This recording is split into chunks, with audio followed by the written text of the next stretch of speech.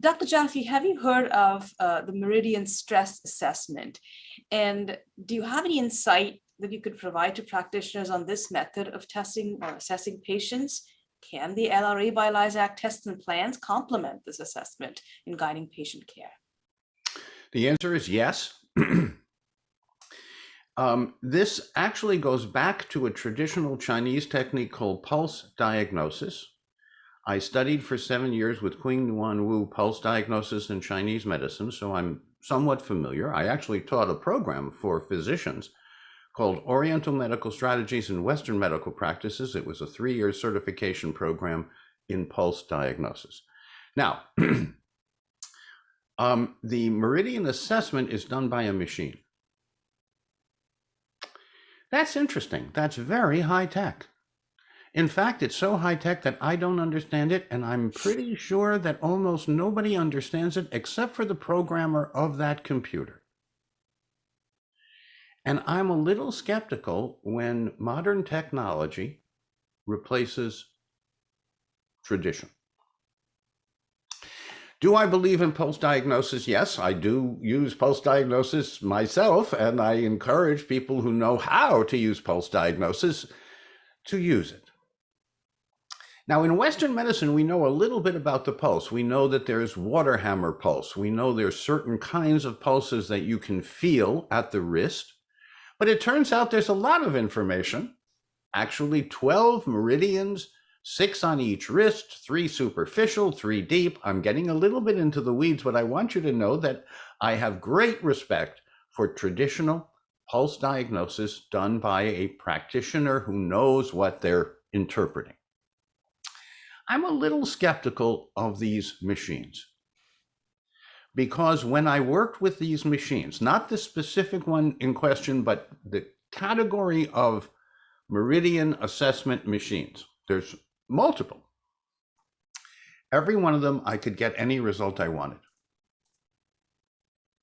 If I thought a certain way. By the way, when you do pulse diagnosis, you're supposed to go into neutral. You're supposed to know what neutral means. And if you can't go into neutral, you can't do pulse diagnosis. Really? Yes. That's the short course. You have to be able to go into neutral to do pulse diagnosis correctly. I will extend the conversation one more small point. There has to be a probe that touches a point in the body that is a low resistance site, which is a meridian testing point. Depending on whether you press hard or you press soft or you press wide or you press narrow, you can get any result you want. That concerns me. So I'm a big fan of traditional pulse diagnosis for those who want to spend 5 or 6 or 7 years studying pulse diagnosis. It's very valuable, but it takes a long time to do it correctly. And I would like to get behind a machine that can do what the person can do, but pulse diagnosis is already a very subjective thing.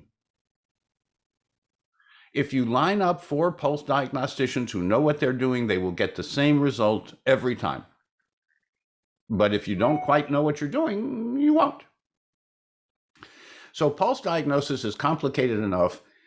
I respectfully reserve for physiology only what I can understand within physiology. And these magic whiz-bang machines are marvelous, but they don't explain to you how they do it. They won't explain to you how they do it because it's, quote, proprietary, and it's in the software, and it's in the probe, and it's in the... But as a scientist, I have taken all of that apart. I have concerns about the probe. I have concerns about the machine. I have concerns about the interpretation. And I cannot get back to the original data because it's proprietary. It's with that company, and they don't want to tell me because I'm not with that company. So at every level, I understand how elegant the system is, but I personally would use traditional pulse diagnosis, not machine. And now the other question, what does the LRA, the lymphocyte response assay by ELISAC, measure? It measures delayed hypersensitivity. It measures type 2, 3, and 4 responses. It measures B cell, which means antibody, and T cell, which means T cell. It turns out that T cells are more important, and you can only get the T cells from a cell culture. No serum test measures T cell response. Serum tests measure antibodies. Just measuring the antibodies can be confusing. So LRA is the test for food and chemical sensitivity. And now is the time to do it.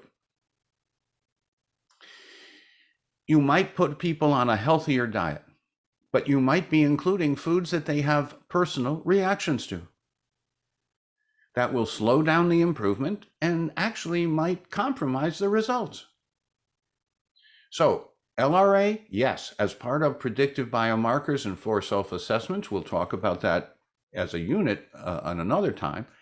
But LRA is essential to understand modern living, digestive disorders, metabolic disorders, neurochemical disorders, mood disorders, sleep disorders. All of this relates to digestion and metabolism. Now, we say today the microbiome rather than digestion, and we say metabolome rather than metabolism. I think you get paid a little more if you speak esoterically. But it's very fundamental. It's very physiologic. It's very accessible to those who see and hear.